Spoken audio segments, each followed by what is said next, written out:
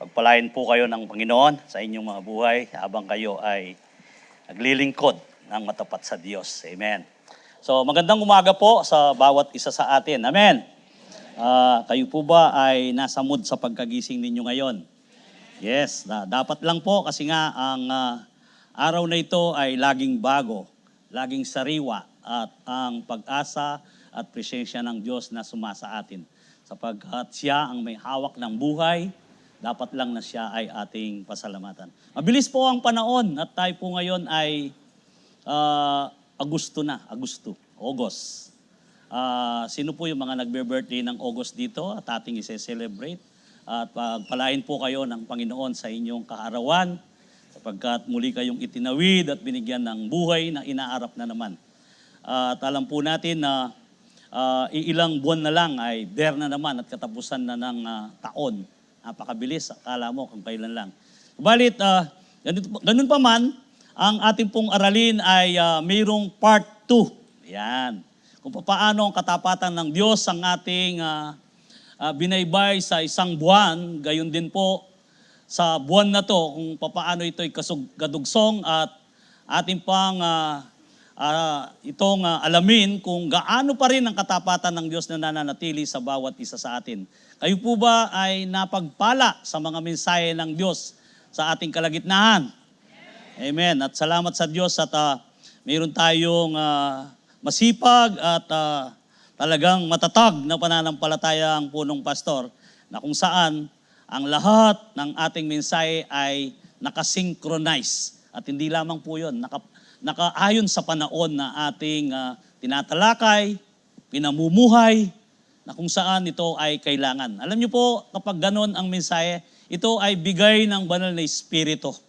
At ako'y naniniwala na ang reveal ng Lord o ang ng banal na Espiritu sa ating punong pastor, ito ay nakapagbibigay ng kalakasan sa atin. Kasi ito ay kakargain natin, ipamumuhay natin ito, at tayo ay mag-i-increase sa ating pananampalataya. Kaya naman ang part 2 po ng ating aralin sa unang linggo ngayon ay ang God is faithful to provide. Yan. Yung pong tandahan po natin ng ating Diyos ay siya ang may hari ng lahat ng ito. At ang kabuuan ng mundo at iyan po ay paghahari niya. Manapay anong mga bagay na hindi kayang ipagkaloob niya sapagkat siya'y tapat. At napag-aralan natin last Sunday, even in the end, siya po ay matapat. At sa ating mga buhay na kahit sa dulo ng buhay na to na dala-dala natin. Kung ikaw man ay nakahiga, kapatid, na dumanas ng pighati o bago ka man yumako sa mundong ito, nasa banig ka man ng karandaman, ang Diyos ay hindi pa rin nagbago ang kanyang katapatan, sasamaan ka pa rin niya. Amen. Ganyan po ang ating Diyos. Kaya nga, God is faithful to provide. Dito po sa aklat po ng Genesis chapter 2, verse 14. So Abraham gave place a name, the Lord provides. Even today, people says, on the mountain of the Lord, He will give us what we need.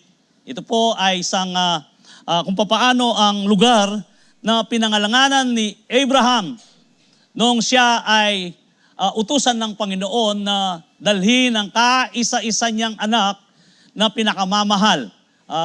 Nauna lang po yung, bali pangalawa, pero kaya sinabing kaisa-isa, siya ang anak ng pangako. Tandaan po natin, ang unang anak niya kay Agar, hindi ho yun ang pangako ng Diyos. Kaya sinabi sa Biblia na kaisa-isang anak. Baka sabihin nilang, bakit gano'n ang nakasulat? Kaisa-isang mahal na anak. Samantalang mayroon pang Ismael na nauna sa kanya.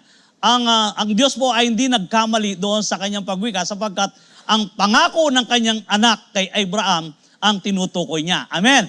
Kaya nga po sa umagang ito, sabi nga, ulitin ko po, basahin natin ulit. So Abraham gave the place a name, the Lord provides. Even today people say, on the mountain of the Lord, He will give us what we need. Sibo, tayo muna'y manalangin. Aming Diyos na mapagpala sa lahat, salamat po sa napakagandang umaga. Salamat o Diyos sa maraming pag-asa na naman na aming haharapin sapagkat Ikaw ang magpapala at magpo-provide ng lahat ng aming pangangailangan. Katunayan, O Diyos, sa buong linggo, hindi mo kami pinabayahan. Lahat ng aming pangangailangan ay kinatagpo mo sa amin at iyong ipinagkalob. At hindi lamang po yun, Panginoon, kami may buhay na taglay na naman sa amin sa kasalukuyan. Alam po namin na hiram ito sa iyo, Panginoon. Subalit nananatili pa rin sa amin sapagkat ikaw ay tunay na matapat at laging, O Diyos, sapat sa aming mga buhay. Kaya naman sa aming kalagitnaan, sa umagang ito, hayaan mo po na anuman expect ng aking mga kapatiran o ang sino mang umakyat at pumunta rito na mayroong inaasaan. Lord, alam ko po, Panginoon, ipoprovide mo ang kanyang pangangailangan. Maging, O Diyos, sa ito ay sa kanyang emosyon, kaisipan, o bagay na kung saan sa kanyang pisikal na pangangatawan. You are the great healer, O God, sapagkat kaya mong pagalingin ang anumang karandaman na taglay ng bawat isa sa amin. Kaya naman sa aming kalagitnahan, Panginoon, hayaan mo, O Diyos, na amin pong isuko ang aming mga sarili, ang aming intelektual, Panginoon, pisikal, at lahat at kabuuan ng parte ng aming katawan upang ikaw ay masamba sa espiritu at katotohanan. Sapagkat tunay nga, O Diyos, itong hinahanap mo sa iyong mga anak sa tuwing kami po, Panginoon, ay magse-celebrate na sama-sama na pupuriin ka at parangalan ang iyong dakilang pangalan. Panginoong Yesus, magpala ka po sa aming kalagitnahan hanggang matapos, O Diyos, ang aming pananambahan. Tunay nga, ikaw ang may taas at mapuri at wala nang iba. Maging, O Diyos, ang iyong abang lingkod, itago mo po ako sa iyong pagka-Diyos at sa iyong kapangyarihan na ang lahat ng aking sasalitain ay ang pawang salita mo lang. Sa ganoon, ito po ay magdala ng kapangyarihan sa bawat nakikinig sa umagang ito. Purihin ka, ito pong aming dalangin na may pasasalamat sa makapangyarihang pangalan mo, Jesus. Amen. Palakpakan po natin ang ating Panginoon. Amen. At tuloy po natin. Dito po kung papaano na si Abraham ay kinausap ng Diyos at ang sabi nga niya, dalhin mo si Isaac at iyong hiyandog. At hindi po nagatubili, siya ay excited pa, madaling araw, dinala na niya doon si Isaac. Ang nakakatuwa dito, yung kung papaano na dala-dala ng bata, o sabihin natin hindi na bata, medyo binatilyo na yan. Kasi dala-dala niya ang kahoy na pasan-pasan niya. Kung bata kasi yan, hindi niya mapasan ng kahoy na dadalhin at ito ang panggatong para sa kanya. Pagkatapos ay, ang ama naman niya ay may hawak na apoy. Ang sabi nga niya, mayroon na tayong apoy at mayroon tayong kahoy. Ama, saan po ba ang ating ihandog? God's provide, ang sabi ni Abraham. Kaya nga, ang sabi nga rito, Abraham didn't name the place after problem, he named it after provider. Pinangalanan niya ito, hindi doon sa problema, hindi sa kakulangan, kundi kung sino ang nagkaloob at naglahan. On Mount Moriah, God asked Abraham to give of everything, but the last moment, God supplied a ram. Right there, Abraham learned something we still need today. God is faithful to provide. Amen. Nananampalataya po ba kayo na hanggang ngayon ay magpo-provide ang Diyos? And the name Jehovah Jireh means siya ang naglahan or the Lord will see to it. At sisiguraduhin ng Diyos na ito ay mangyari. Amen. Kaya kung minsan sasabihin ng ama ng tahanan, sinisiguro ko sa inyong pamilya ko, sa aking mga anak, na kayo ay kaya kong patapusin sa pag-aaral. Ganon din ho ang sinabi ng ating Diyos kay Abraham. At ito ay pirme, na ito ay walang waiver na kung saan na ito ay mangyayari. Kaya nga sabi nga, it means God sees the need and He meets the need. Sabi nga, every day, today people says this wasn't just for Abraham, it is for us too. Amen. Para sa atin din po ang ating inaaral sa kasalukuyan. When you're sabi nga, when you're on your own mountain, a place of testing, waiting, or luck, remember this, God's provision may come to the last seconds, but it never comes late. It is still the Lord provides. It's in timing. Amen. Nasa timing po yan.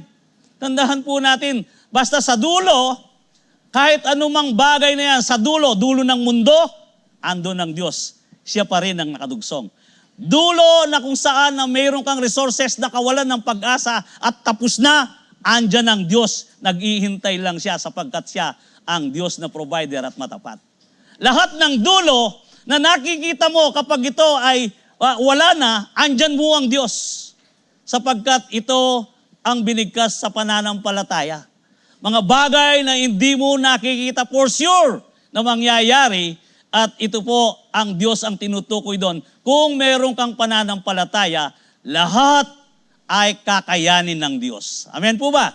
Kaya nga sa umagang ito, ayan po natin sa ating kalagitnaan na tayo ay magbuhos ng pananampalataya at maging ang ating sarili ay bigyan natin ito ng kapayapaan. Maging sapat na si Kristo sa buhay ng bawat isa sapagkat ito naman ang katotohanan. Amen po ba? So, don't just pray for provision, trust the provider. On the mountain of the Lord, He will give us what we need. Ipagkakalob at ipagkakalob ng Panginoon ang lahat ng yon. Ngayon po, mag-umpisa na po tayo. God is faithful to provide, which means He knows what you need before you ask. Alam nyo, bago ka pa lang umingi, ay alam na ng Diyos.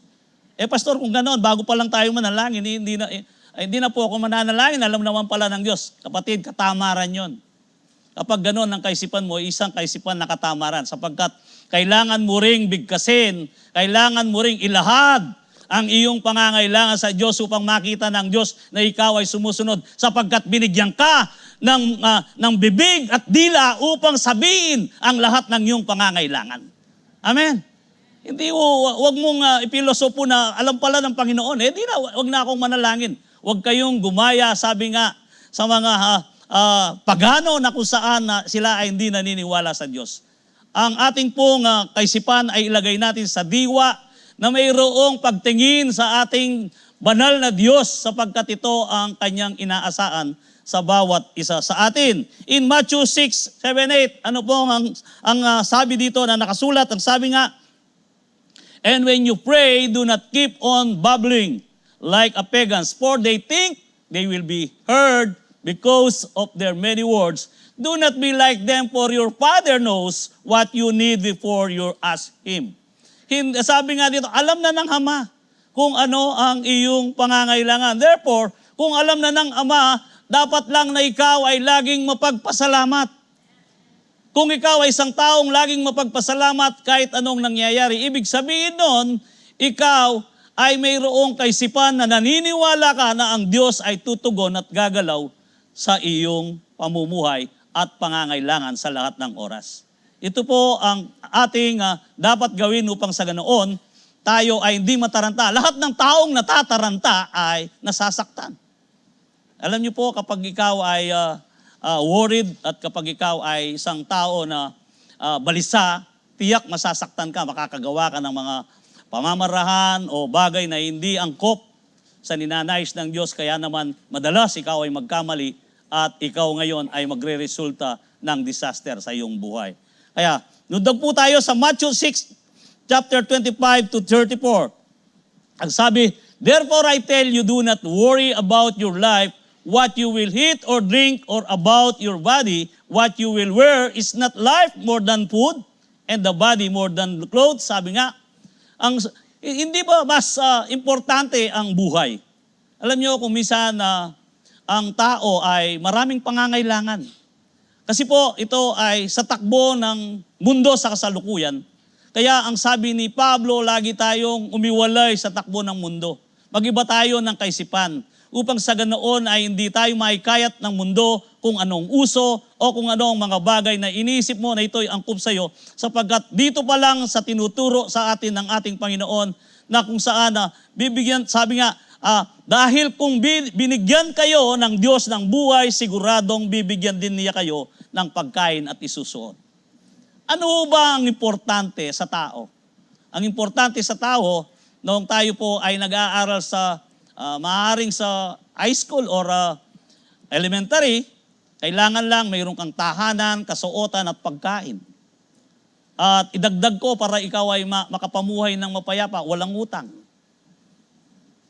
Kung ikaw ay may tahanan, may pagkain at may pananamit, walang utang, ikaw ay nakakaigit sa isang taong bilyonaryo. Payapa ka, wala kang utang eh. Ibig sabihin, kung gusto mong kumain, makakakain ka. Kung gusto mong magbihis, makakabihis ka. Kung gusto mong sumilong at mamahinga, mayroon kang masilungan. Yun lang ang kailangan ng tao. Pero, gayon pa man, dahil sa mga ninanais ng tao na kung saan, na inakala niya ito'y kailangan niya, ito'y karagdagang ipinagkakaloob pa rin ng Diyos sapagkat siya ay great provider sa buhay natin. Minsan, di mo man kailangan ng sasakyan, binibigyan ka ng sasakyan. Kaya naman na tayo ay nagkakaroon ng arthritis, gout, at kung minsan ay ang ating, ano bang tawag nila doon sa pinagdugsong ng buto na ito ay nawawalan, hindi naman napudpud sa pagod, kundi dahil sa tamad, siya ay wala ng exercise at ito ay kusang nawala, kaya sumasakit ang tuod. I mean, tingnan niyo po ngayon ng mga tao sa kasalukuyan sa mga Pilipino. Sa isang tahanan, hindi po sa sa isang tahanan, siguradong mayroong mataba na kagaya ko. Sa isang tahanan. Ngayon, kayong mag-assess. Totoo bang sinasabi ni Pastor? Sa inyo, meron ba o wala? Dati, pare-parehas ang katawan yan. Kasi nga, ang ginagawa ng tao, dahil kulang ang sasakyan, lakad, exercise, nagtatrabaho, naghahanap. So dito, walang pinagkaiba kung papaano sa ating inaharal dito. In 26, basahin pa rin ho natin, sabi nga rito, tuloy na natin. Sa verse 26, tingnan ninyo ang mga ibon sa impapawid, hindi sila nagtatanim o naghahanim o nag-iipon ng pagkain sa bodega, ngunit pinakakain sila ng inyong amang nasa langit. Hindi ba't mas mahalaga kayo kaysa mga ibon? At ito ay sinagot din ni Juan, na kung papaano, ang sabi ng ating Panginoong mismo nang siya ay nagsalita, bakit kayo nababalisa at nababagabag sa inyong mga buhay? In chapter 14, verse 3, ang sabi pa nga ng Panginoon, kaya ito ay pinatunayan niyang higit kang maalaga sa mga ibon, sapagkat ang sabi ng Panginoon, kapag natapos ko ang inihanda ko, at ako'y muling babalik, kung saan ako gusto ko, nandun kayong lahat. Tiyo ba ang gusto ng Panginoon ay kung saan siya ay nandun? So, therefore, ito ang conclusion na sinasabi at idugsong mo yun kung papaano na totoong higit tayong maalaga sa ibon sapagkat may malasakit ang Diyos sa atin na tayo ang gusto niyang makasama, hindi ang mga ibon na nilikha niya na hindi nagtatrabaho, na hindi niya pinababayaan. Ikaw na tao na ikaw na nilikha niya ayon sa kanyang wangis, ikaw ang gusto niyang makasama sa buhay na walang hanggan. Kaya nga po, dito, kung ating titingnan, higit tayong mahalaga sa mga ibon. Bakit ka nag-aalala ngayon, kapatid? At bakit mo inaalala ang darating na bukas? Di ba may turong panalangin ng Diyos na kung saan, kung ito ay hindi mo man nilaktawan, sabi pa nga ng Panginoon, Ama naming nasa langit, sambain ang ngalan mo dito sa lupa at para rin sa langit. Ibig sabihin, yung pagsampa sa Diyos na may kabanalan at pagtitiwala ay katulad dito sa lupa at sa langit, parang sa langit ang sabi niya, katulad sa lupa at parang sa langit. Nagagawa pa ba natin yon? Parang hindi natin nagagawa sapagkat dito tayo sa lupa, ang panglupa ang ating inahanap. Samantalang ang turo ng panalangin ng Panginoon, gayahin natin ang panlangit habang tayo'y dito sa lupa. Kaya nga, hindi tayo nagkakaroon ng mga biyaya sapagkat hindi natin nasusunod ang turong panalangin ng Amang nasa langit. Kasi nagpapasamba siya upang sa ganoon tayo ay magkaroon ng isang pagtitiwala sa Kanya. At hindi lamang yon, na kung papaano na sinabi nga, bigyan mo kami ng kakanin sa araw-araw. Yung mga ibon ay binibigyan niyang kakanin sa araw-araw at tinuro rin ang panalangin yon na kung saan na ang pagkain na kailangan mo ay ibibigay ng Diyos. Amen. Kasi nga, kung tayo ay balisa, hindi ito magbubunga ng mabuti sa atin. Ituloy po natin in 27. Mahaba-haba ito. Sino sa inyo ang makapagpahaba ng kanyang buhay ng kahit isang saglit sa pamamagitan ng pag-aalala? Sino po yung mga nag-aalala rito or ibig sabihin na ano bang tawag diyan na balisa na kung saan na tayo ay bawat isa kung minsan na nai-stress tayo. At bakit kayo nag-aalala tungkol sa pananamit? Tingnan ninyo ang mga bulaklak na tumutubo sa parang, hindi sila nagtatrabaho at naghahabi. So, inahalimbawa po niya na kayang gumawa ng Diyos ng mga makulay at magaganda sa buhay mo, kapatid, kung ikaw ay magtitiwala sa Kanya. Ito ang kahulugan ng verse na to. Nasabi, bakit nga ihahalimbawa ang mga alamang ito? Walang kulay ang buhay mo. Kung ikaw ay magtiwala sa Diyos, magiging makulay yan, kaningningan, at yan ay mayroong puno ng pagpapala na sinabi nga, tingnan ninyo ang mga bulaklak na tumutubo sa parang. Hindi sila nagtatrabaho o naghahabiran.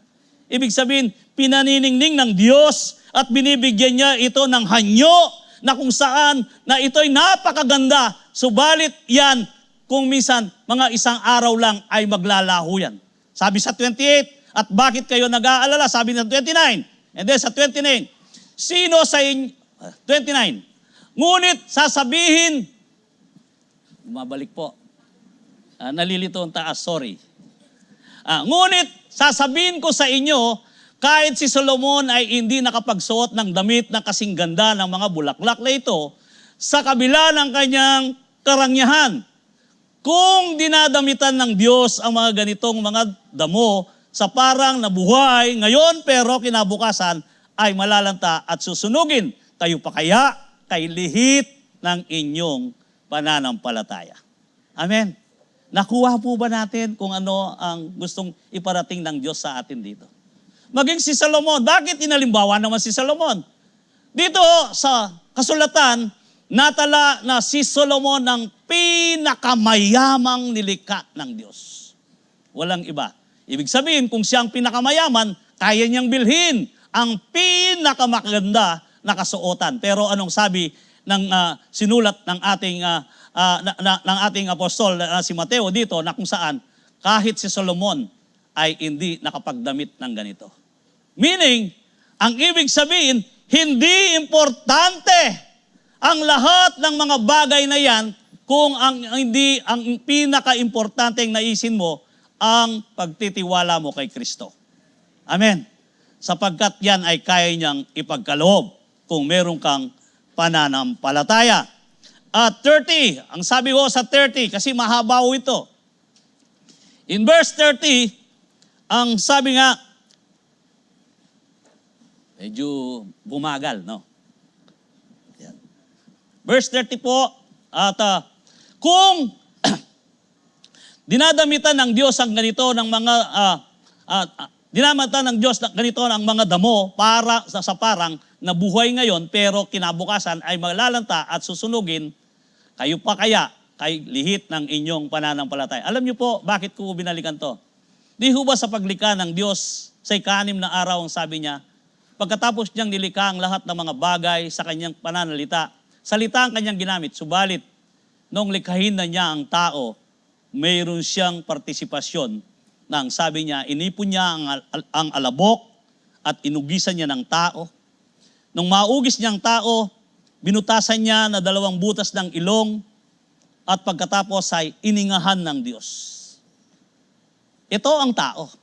Ibig sabihin, yung Espiritu ng Diyos ay inilabas niya at inilagay doon sa inubog niyang tao at ito'y nabuhay at ikaw yon at ako yon na ngayon. Amen. Kaya, bakit kay hina o bakit ang ating pananampalataya ay hindi natin maibigay sa Diyos na ating lumikha? Ito ang kanyang binibigay na halimbawa. Bakit ang ibinigay niyang buhay sa iyo na parte ng Diyos? Kaya ang tao kapag namatay, ang espiritong yan na nasa sa iyo ay babalik sa Diyos sapagkat paghahari niya yan. Hindi mo paghahari ng kamatayan yan, kundi ang Espiritu na nasa sayo ay paghahari ng Diyos. Kaya kapag yung Espiritong yan ay hindi maisilang muli, ang Diyos ay nalulungkot sapagkat ang Espiritong ibinigay niya sa iyo ay ginawa mong walang kwenta.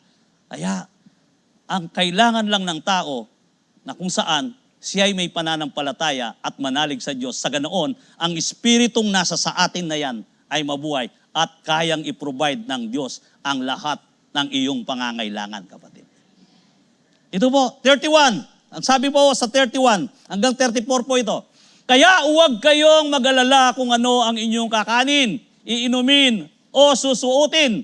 Ang mga bagay na ito ay pinaalagahan ng mga taong hindi kumikilala sa Diyos, ngunit alam ang inyong amang nasa langit na kailangan ninyo ang mga bagay na ito.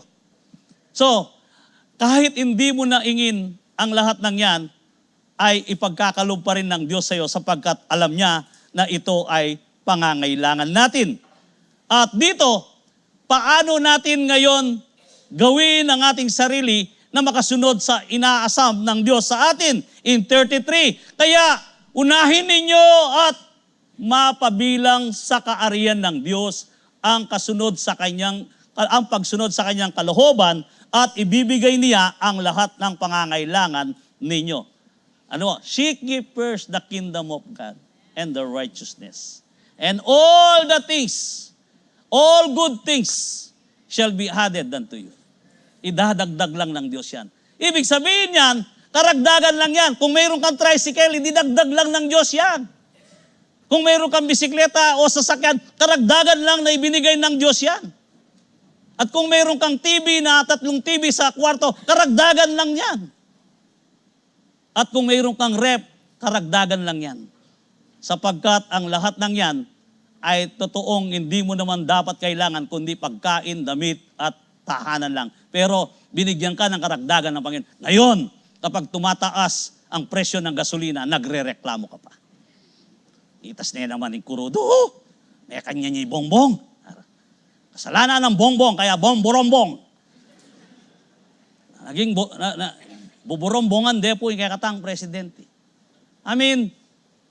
Tandaan po natin, sa buhay po natin, huwag po nating sisihin ang ating gobyerno.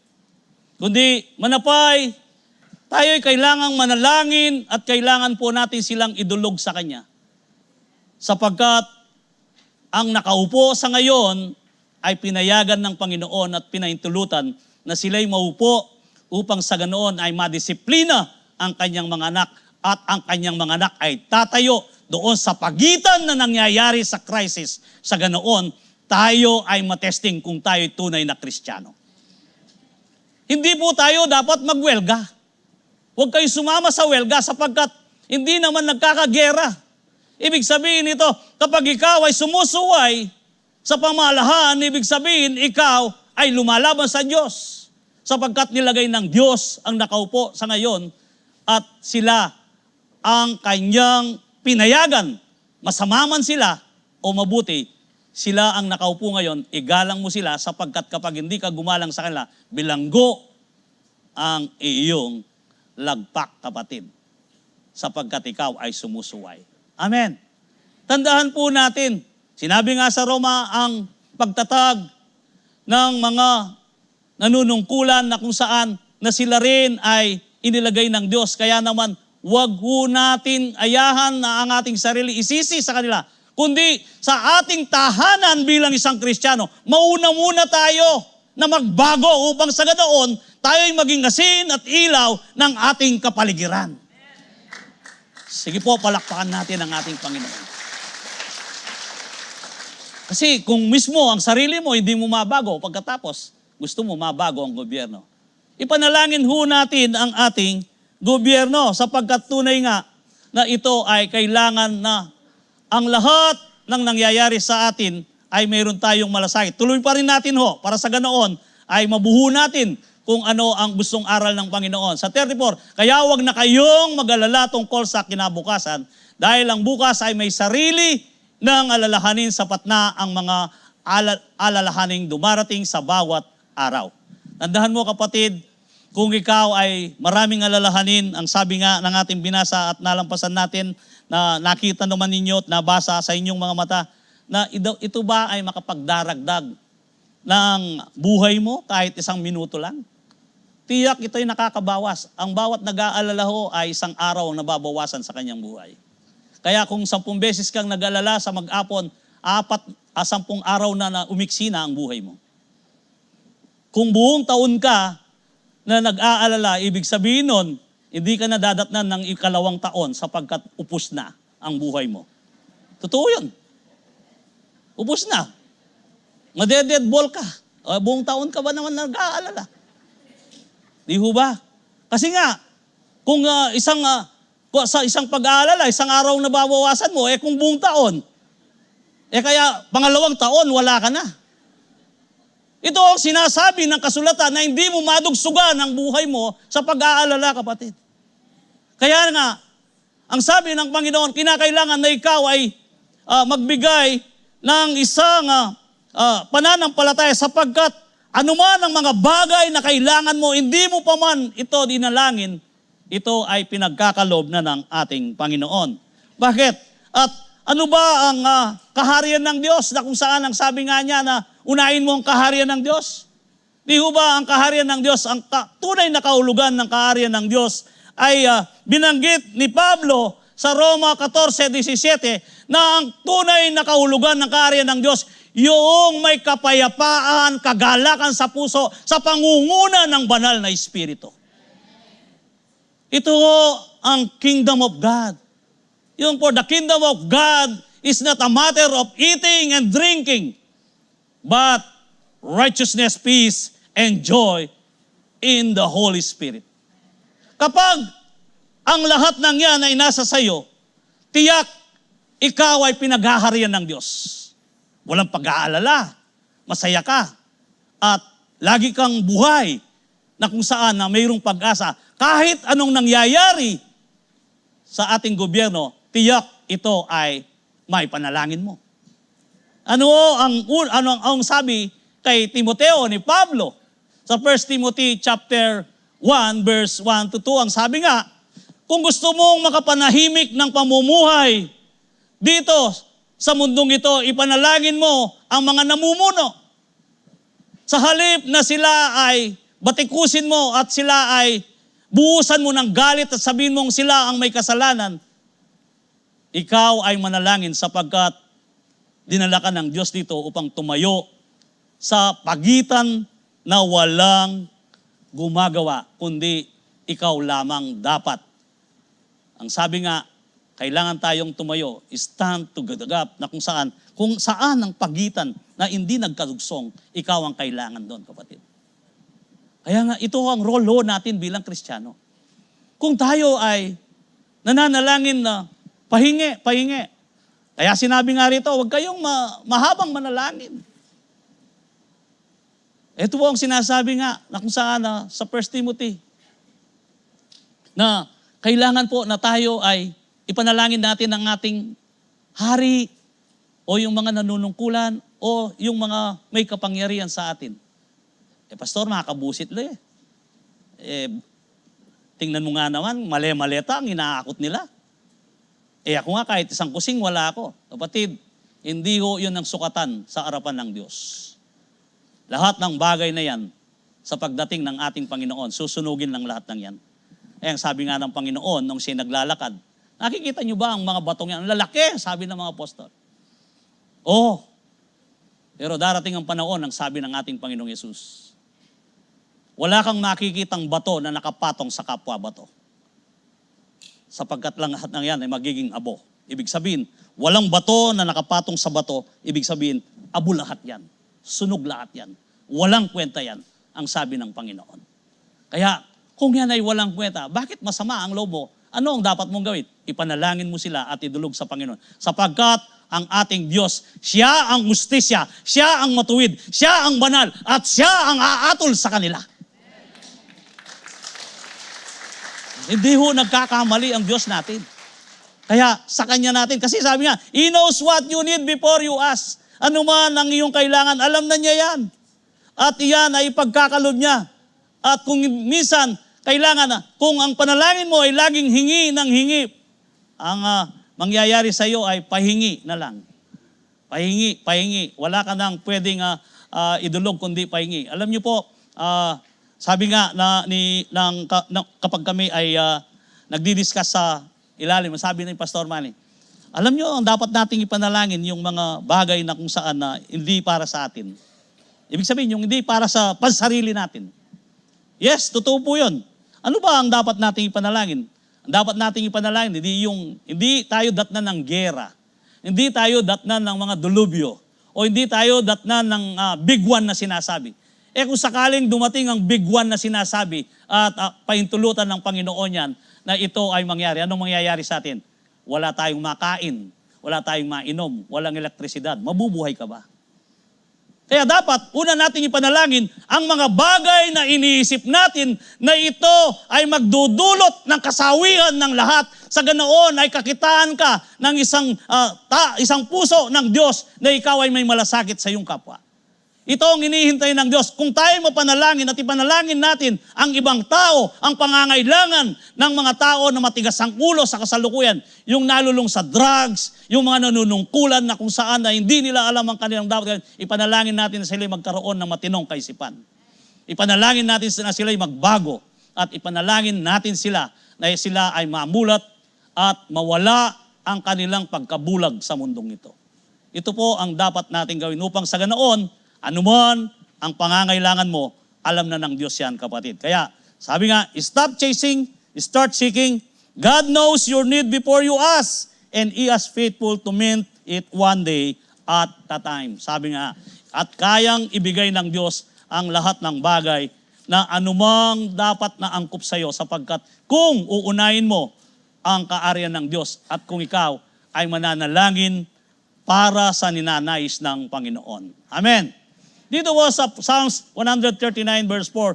Before a word of my tongue, you, sabi nga, before the word is on my tongue, you, Lord, know it completely. Alam mo na pala, Panginoon.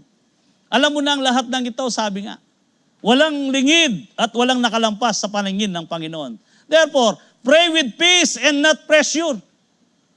Manalangin ka na may kapayapahan. God knows what you need before you ask, and His faithfulness isn't late.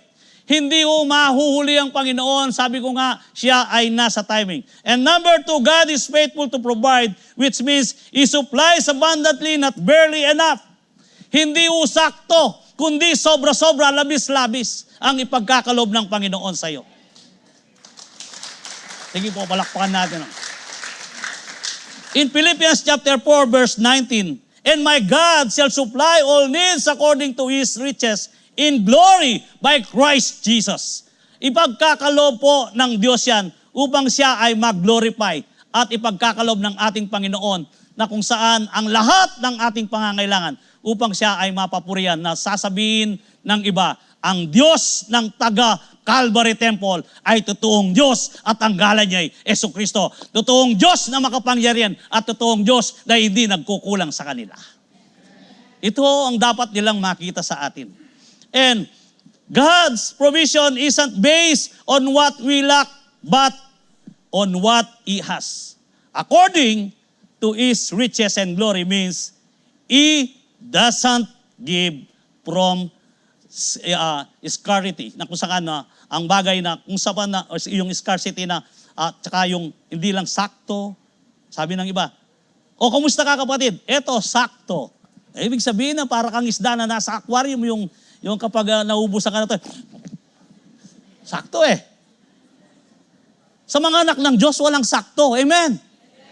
Kapag nagbuhos ng pagpapala ang Diyos, buhat sa kayamanang hindi maubos sa langit, ay ibubuhos ng Diyos. Kaya kang papagyamanin at kayang i-provide ang iyong pangangailangan at kaya itong palabasin ang kanyang ibubuhos upang ikaw naman ay maging pagpapala sa mga ibang tao. Ito po ang ginagawa ng Diyos sa kanyang mga anak. Hindi sakto. Don't limit God's barely enough. He supplies abundantly because His resources never run out. Hindi na uubusan ang Diyos. At mayroong magandang kwento rito na kung saan ang ating Panginoong Yesus, nung siya sa edad 30, ang unang himala na kanyang ginawa ay walang iba kundi yung kasalan sa Kana. Sino yung naimbita sa kasalan sa Kana? Taas ang kamay. At nangyari ho ito sa kasalan sa Kana na kung saan ito ay isang kwento. Ang sabi nga rito, mayroong basahin ho natin ang kwento in John chapter 2 verse 3. The problem, may problema kasi dito eh. When the wine was gone, Jesus' mother said to him, "They have no more wine." Wala nang inumin. At alam niyo po, sa mga Udyo, isang linggo ang pagse-celebrate nila sa kasalan. Isang linggo. Ay, kagastos na naman.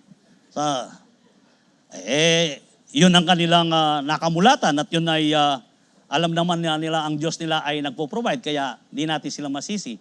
Sila ay isang linggo. Meron din. Ako rin nanganak ng kasal pero hindi naman isang linggo ang kasalan sa bandang norte. Nakakasunod yung iba eh. Ewan ko kung alam ni Revito na kumisan 3 araw. Tama ba? O yan. Siguro dahil hindi sila Udyo kaya inati na nila yung isang linggo. Pero 3 araw, mayroon pang pasabit dyan eh. Mayroon pang pasabit at sayawan. Ganon din ho, may inuman. So meaning, ito pala ay ina-adapt nila pero hindi nila masunod dahil hindi sila Udyo. Kasi ang Udyo, 7 days. Pero dito, kung ating babasahin ang kwento sa 3 araw, ibig sabihin, naimbita ang ating Panginoong Yesus at ang kanyang mga alagad.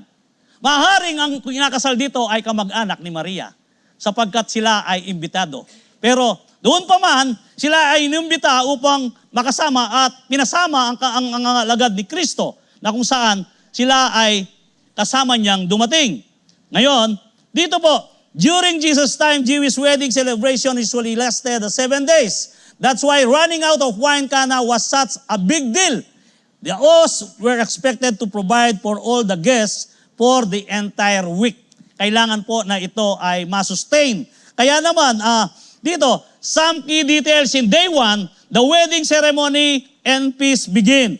And day 2 and 7, going feast, community celebrate music and hospitality. Running out of wine will bring shame to the host of family.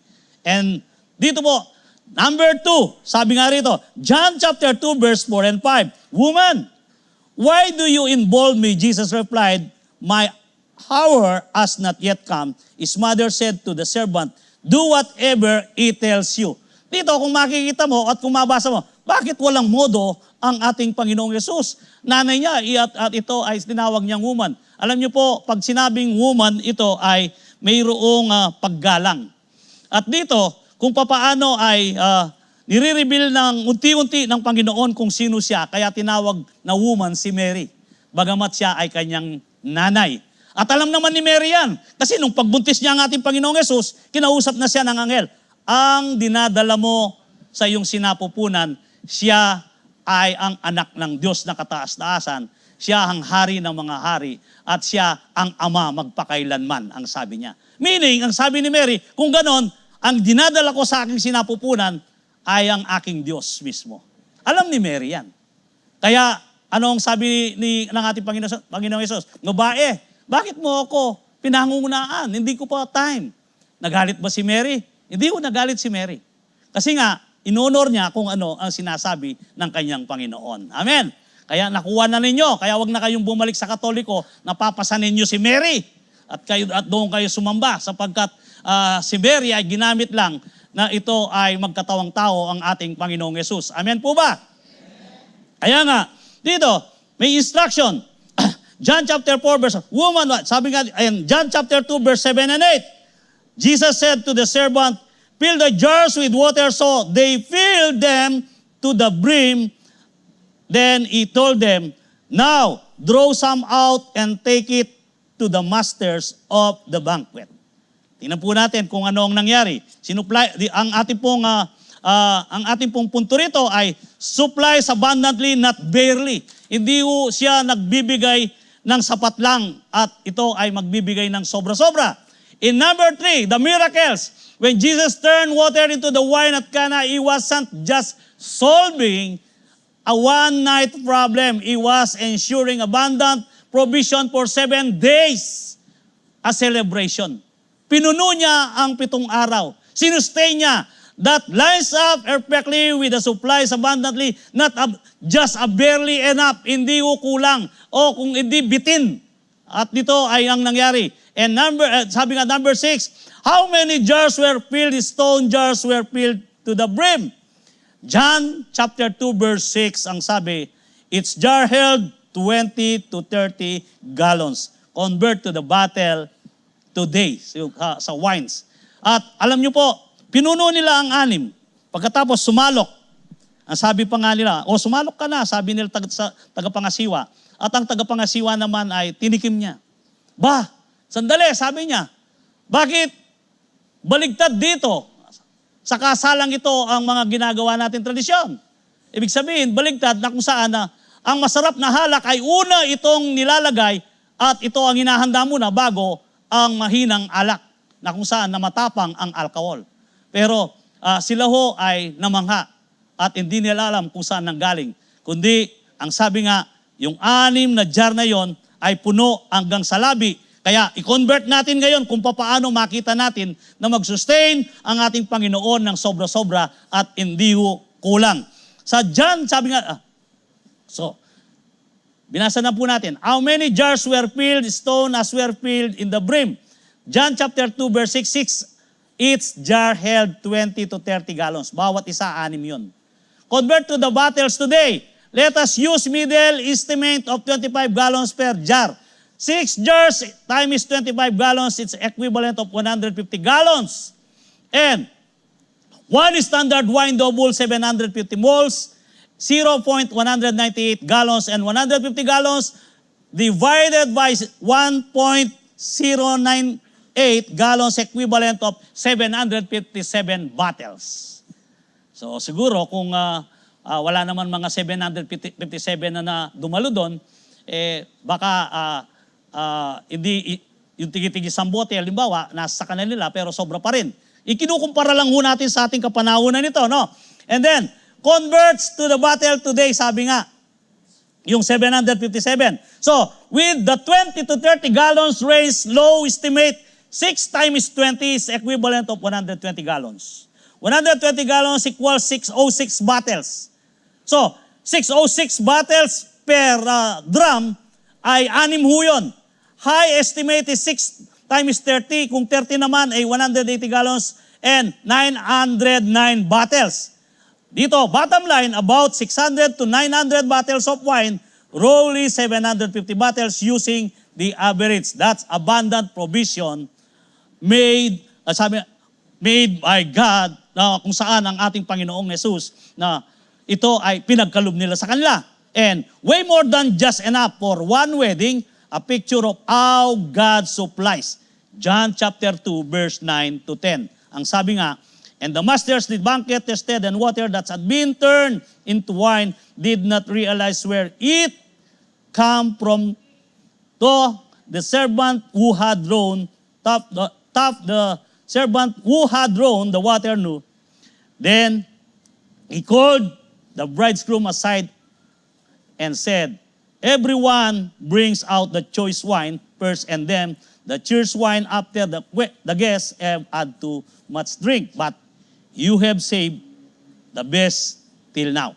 So, dito po nakita nila kung papaano na ang kabaligtaran ng pangyayari ay namangha ang mga bisita. And chapter 4, ano pong sabi sa chapter 4? Sa number 4, chapter 4. Number 4, the purpose. John chapter 2 verse 11. What Jesus did here in Cana of Galilee was the first of the signs through which He revealed His glory, and His disciples believed in Him. Ano ang purpose ng Panginoon doon? Ang purpose ng Panginoon ay makita ang kapangyarihan ng hari na mga hari at ang prinsipe na mga prinsipe, kundi ang ating Panginoong Yesus, siya ang pinakamakapangyarihan. At siya ang kasapatan. Sabi nga, ibig sabihin, hindi ho sila nagkulang. Pinakita ng ating Panginoon, sila man ay lasing, gumawa ng halak na hindi nakakalasing ang ating Panginoon. At kung ito ay yung pag-aralan, ang alak na ginawa ng ating Panginoon ay puro. Bagamat tubig na sinalin doon sa banga, pero kung ito ay susurin, puro yan, wala ni kapatak ay walang kasamang tubig. Sapagkat puro yon. At ako'y naniniwala na puro naman yon sapagkat ang sabi ng ating Panginoong Yesus, ako ang puno ng ubas at kayo'y mga sanga. So, kaya niyang gumawa ng puro ng katas ng ubas sapagkat itinaguriang ang kanyang sarili na siya ang puno ng ubas. Amen. Kaya nga, walang imposible sa kanya. At anong nangyari? Naimasmasan mo. Ang mga lasing ay hindi na naghanap ng ibang mahihinom, kundi ang mga lasing naging sapat ang kanilang nahinom na kauli-ulian at sila'y naimasmasan. At ang 7 araw na ginagawa nilang selebrasyon, ito ay napakasaya at nagsustain ng Panginoon ng labis-labis at sobra-sobra at hindi nagkulang sapagkat pinakita niya kung sino ang magiging kasapatan nila. Walang iba kundi ang Panginoong Yesus na makapangyarihan. Kapatid, ano ang iyong pangangailangan na hindi sapat? Sapat na si Kristo. Siya kasapatan mo. Kahit gaano kakulangan yan, sapat si Kristo sa iyo. Sapagkat dito pa lang inireveal niya ang kanyang glory. At ito ho ay, alam niyo sa Psalms, sabi nga dito, sa Psalms chapter 24 verse 9 to 10, basahin lang ho natin, lift your heads, your gates, lift them up, you ancient doors, that the King of glory may come in. Who is He? This, the King of the glory, the Lord Almighty, He is the King of glory. Amen. Sino yon? Yung God Almighty na sinasabi tinutukoy, walang iba kundi pinakita niya ang glory niya, pinakita niya ang kanyang kapangyarihan sa kanyang mga alagad upang sila'y maniwala.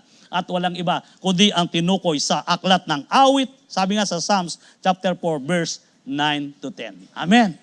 Ang Biblia po i-explain niya kung sino ang kanyang sarili at kung papaano na hindi ko kontrain ang kanyang sinabi. Walang iba. Ang nagsulat diyan at ang nagsulat ay tao pero ang banal na Espiritu ang siyang nagbigay ng kinasian ng banal na Espiritu. Amen. Kaya nga, Jesus took that was empty field, it to the brim, and turned into the best abundant provision at the right time. Sa tamang panahon, ibibigay ng Panginoon ang abundant blessing mo, kapatid. Di mo man kailangan ng sasakyan, di mo man kailangan pa ang mga nabanggit na nauna. Alam ng Diyos na iyon ay upang magamit sa kanyang kapurihan. Kaya kung minsan, ikaw ay isa ng milyonaryo, milyon-milyon pa ang ibinibigay niya sa iyo. Bakit? Upang sa ganoon, ikaw naman ay makagawa ng mabuti sa ibang tao. Amen? Ay ayaw nilang gumawa. Amen. Parang bigla silang nanginang. Amen. Kaya po tayo binibigyan ni Lord upang tayo ay maging pagpapala. Amen? Yes. The best wine today. O ngayon, sige, tuloy po natin. The best wine today. Di naman po, kakayanin natin ito. Huwag kayong mag-alala. Huwag niyo akong timingan upang hindi ako mataranta. Na? Okay. Kasi nakakataranta yung timing di ba? The best wine today. Amen. Kayo po ba'y nag-e-enjoy? Okay, nag-e-enjoy sila. Huwag niyo akong timingan. Everyday really, sabi niya, everyday really good wine. You can get excellence bottles for $20 or $50. At example, Barolo style Nebbiolo. Ayan, Nebbiolo, Di ko ganong mabigkas ito kasi hindi ako naglalasing Ano ba yung Chateau Neuf? Meron pang Depape ba ito? Kung paano na, at parang ito ang iniinom ng mga papa, ang mahal pala. So kung titingnan mo ay pang araw-araw lang to 21 pounds. Ganyan kamahal. Ganyan po kamahal yung pang araw-araw lang sa kasalukuyan And then yung number 2, Top Napa Bordeaux. Tama ba? O, binigyan ng X, hindi naman ginagamit, Bordeaux. Bordeaux. O yan. Best. Yung Ghost Horse Premonition. Premonition. Sorry. Premonition. Maliit po kasi dito. Premonition. And then, Cabernet. $600. Higit 6,000. Tingnan ninyo, ang mahal. Nakita ninyo ako 600 na pero kayo 6,000 na. Sipin ninyo $6,000. I-convert mo ng ano yan, ng 750. Okay, convert natin na 750 bottles. Magkano po? 4,500,000. Tama ba ako? Oo, mali. Mahigit. O 4,500,000. Let's say 4,500,000. Regalo lang yun na inumin ha. And dito po, Screaming Eagle Cabernet. Cabernet po ba to? Oh. Cabernet. Ayan. Cabernet. Binigyan ng tea, hindi naman ginagamit. Dapat wayang nilagay. Ayun. Oh. Sabihin na lang natin, 3,841 time is 750. Okay. Magkano po? 2,880,000. Inumin lang yan, isang bote lang yan. Ngayon, yung Chatu. Chatu ba to? Petrus. Ba't gano'n ang pa? Siguro lasing ang gumawa nito, kaya ganito ang... Kaya ganito ang pangalan, no? And then, $4,325. Oh, times natin 750 battle. 3,243,750. Dollars po yan, ha? Milyon, ha? Isang bote yan, ha? Hindi ano. Yung ibig sabihin, yung 700 battles na binigay ng Panginoon, ganon ang alaga. Oh, gaano kamahal yung... and then number 3, meron pa pala eh. Akala ko wala na. Yung Luxury Collection Best Wine. Ayun. In 2025 to 2026. Ito po. These are the wines people call best in the world. And, sabi niya, the best in the world. And what Jesus saved, the best till now, would be compared to the today. Sabi nga dito, Top Burgundy. Pala ako pa ang uli, ang buwak kini. Inuman da niya pala. Domain. Sige, magpatuloy pa rin po tayo. Domain Leroy, nani po eh.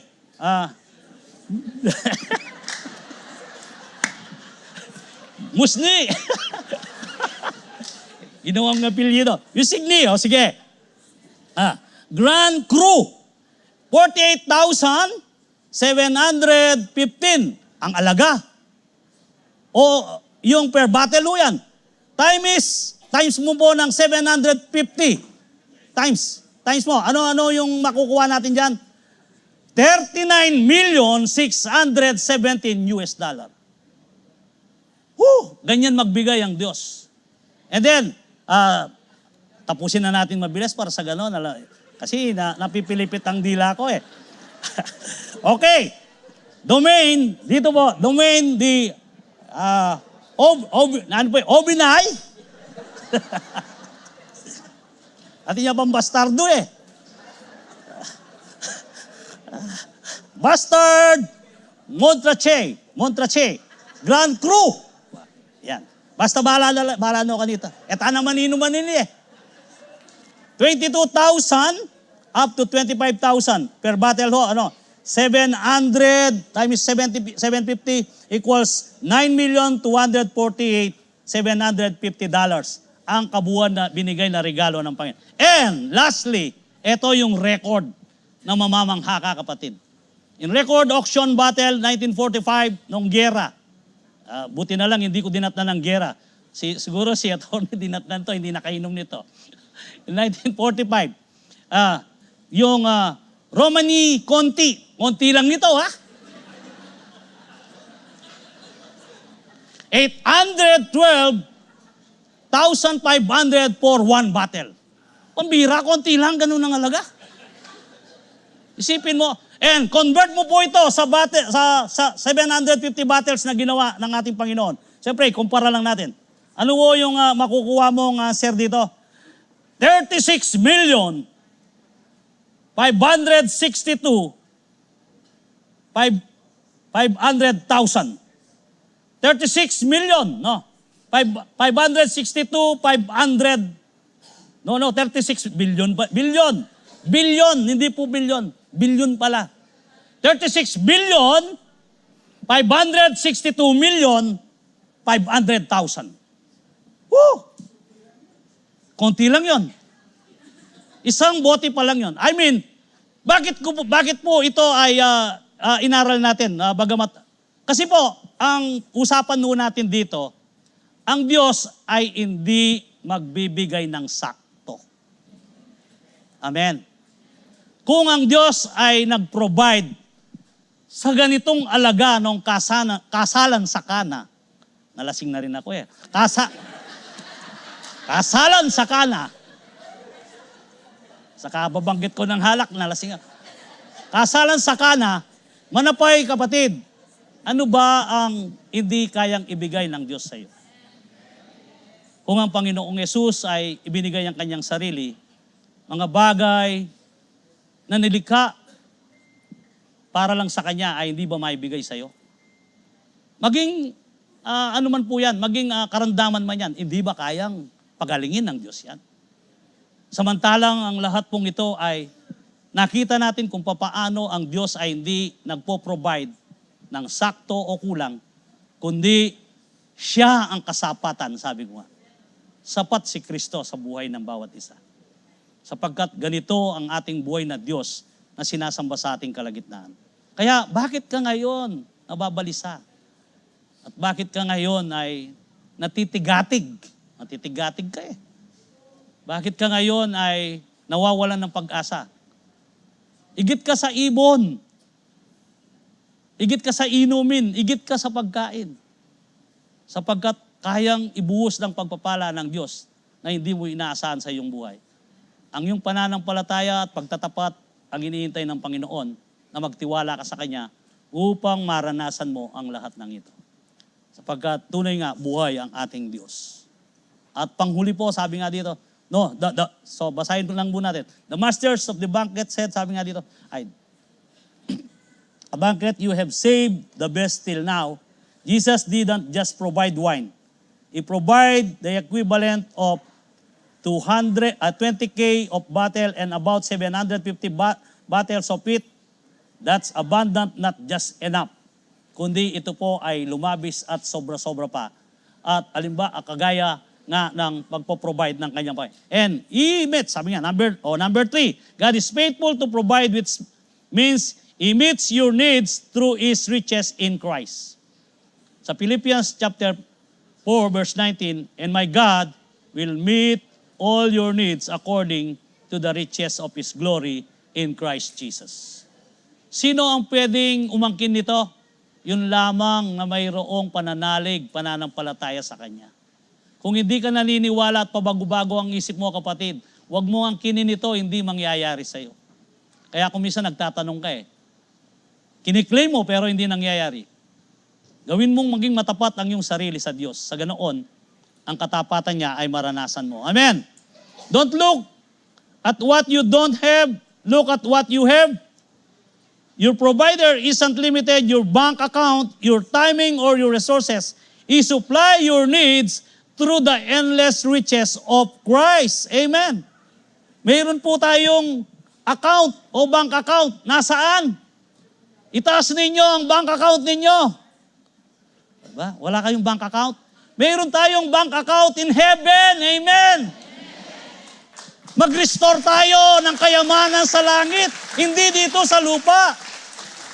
Sapagkat kapag tayo ay nag-restore ng ating mga account doon sa langit, kapatid, igit pa dyan ang mararanasan mo sa buhay mo sapagkat pinakita ng ating Panginoon kung paano siya mag-supply, kung paano siya gumawa, at kung paano niya ipakita ang kanyang glory. Kaya nga, the wedding at Cana, it's clear example in the Bible that God supplies according His riches and according to His power. Here are the few more examples. Manna in heaven in wilderness. 40 years na umuulan ng pagkain na hindi naubusan ang mga Israelita. 40 years. Ano ang hindi kayang gawin sa iyo ng Diyos? Ikaw lang ang pumipigil kaya hindi nangyayari. Bakit? Kasi nga, ang ating mga pananampalataya hanggang kisame lang. Palampasin natin sa kisame, paubutin natin sa langit. Sa ganoon, ang ating Diyos i-provide niya ang lahat ng ating pangangailangan. Amen? And dito makita po natin, 2 million Israelites had no food in the desert.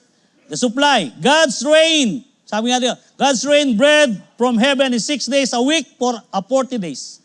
The riches, daily enough for everyone, and on the 6th day, He gave double so that could rest on the Sabbath. He didn't run out. He supplied much the need of a whole nation every single day. And number 2, feeding in the 5,000 in John chapter 6 verse 1 to 13. Kapag nagpakain ng Panginoon, hindi lang 5,000, kundi pati asawa, pati anak, pati bata. Anak pala, pati bata, parehas lang. Pati na bata. Ito ay umahabot ng 20 millions. Tama ba? O 2 million? Di kayo kasi sumasagot eh. 2 millions, amen. 2 million. Sabihin na lang natin na kung sila ay gano'n ang Israelita na pinakain. Pero dito naman sa 5 isda at di po baligtad yun? Baligtad dyan. Makiramdam la. Okay. 2 fish, yung fish, hindi fish ha, fish. Baka piraso yung 2 isda at 5 tinapay. Anong nangyari? Itinaas ng Panginoon at idinalangin pagkatapos sumobra pa ng 12 basket. Napakain ang mahigit na 20,500 na katao. Kapatid, mayroon ka bang budget dyan na piso? I-stretch ni Lord yan. Huwag mong itaya sa loto, ha? Baka naman sabihin mo, i-stretch ni Lord yan. 100, i-stretch niya yan. Itaas mo lang kay Lord. Ano po ang ibig ko sabihin dito? Maging matapat ka kay Lord at idalangin mo ano man ang meron ka, kakasyahan at hindi kukulangin. Sapagkat ganitong gumawa ng milagro ang ating Panginoon. Sabi nga, God's supply isn't limited by the size of the problem. It's limited only by His riches, and in Christ those riches.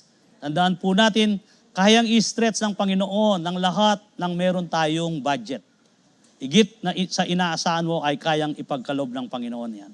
Sapagkat tunay nga, in 2 Corinthians chapter 9 verse 8, ano po ang nakasulat diyan na nabanggit ko kanina? Ang sabi nga, and God is able to bless you abundantly so that in all things and all times, having all that you need, you will abound in every good works. Sa NLT po, napakaganda. Sabi nga sa NLT, and God will generous provided all you need, then you will always have everything you need and plenty left over to share with others. Amen.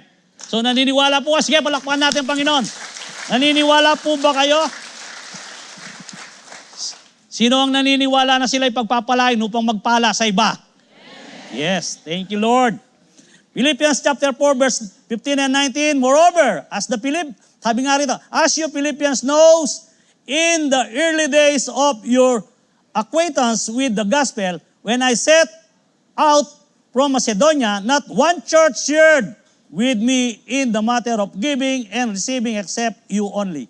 For even when I was in Thessalonica, you sent me aid more than once when we was in need.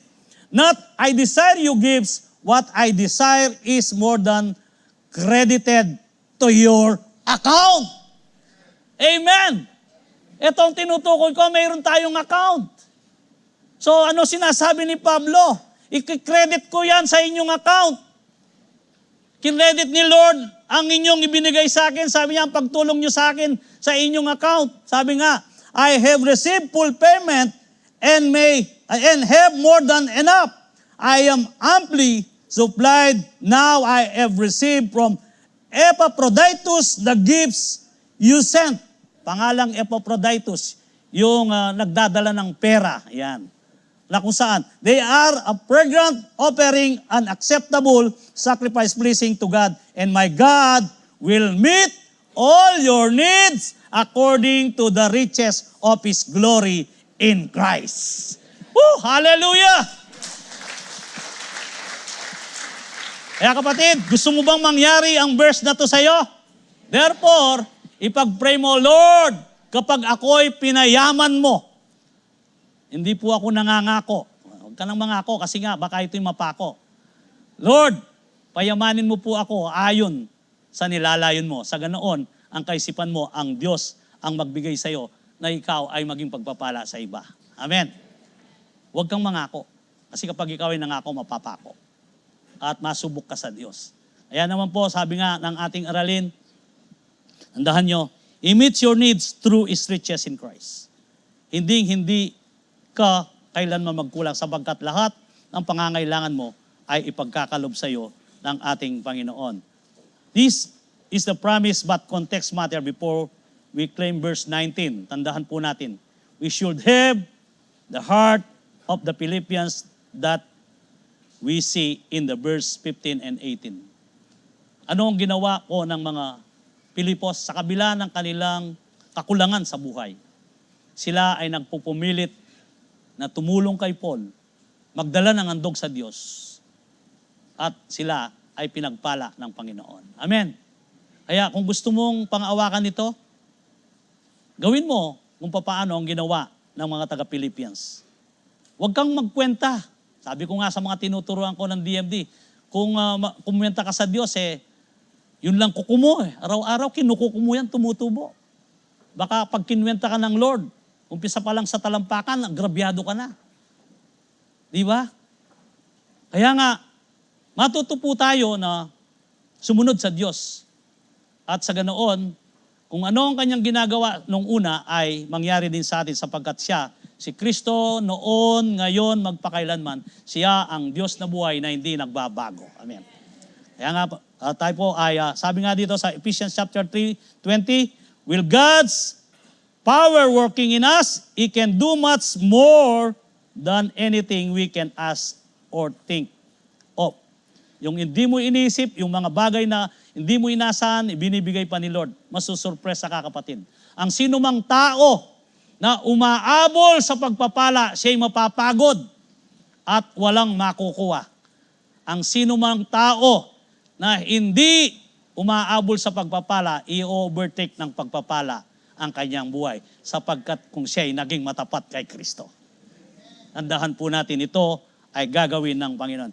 And Ephesians ang ating nabasa. And then, sabi nga, don't limit God to your logic. Don't limit His supply to your math. Sira yung you can do the math ni Parin Jack dito. Hindi po pwede. Hindi po pwede sa ating Panginoon, you can do the math. Hindi ho. Sapagkat siya ang Alpha at Omega.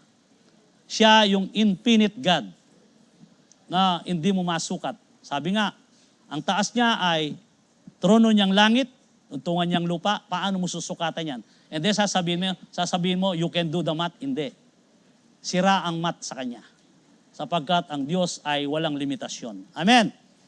Sabi nga, don't limit God to your logic. Tandaan po natin, tayo po mag-review na.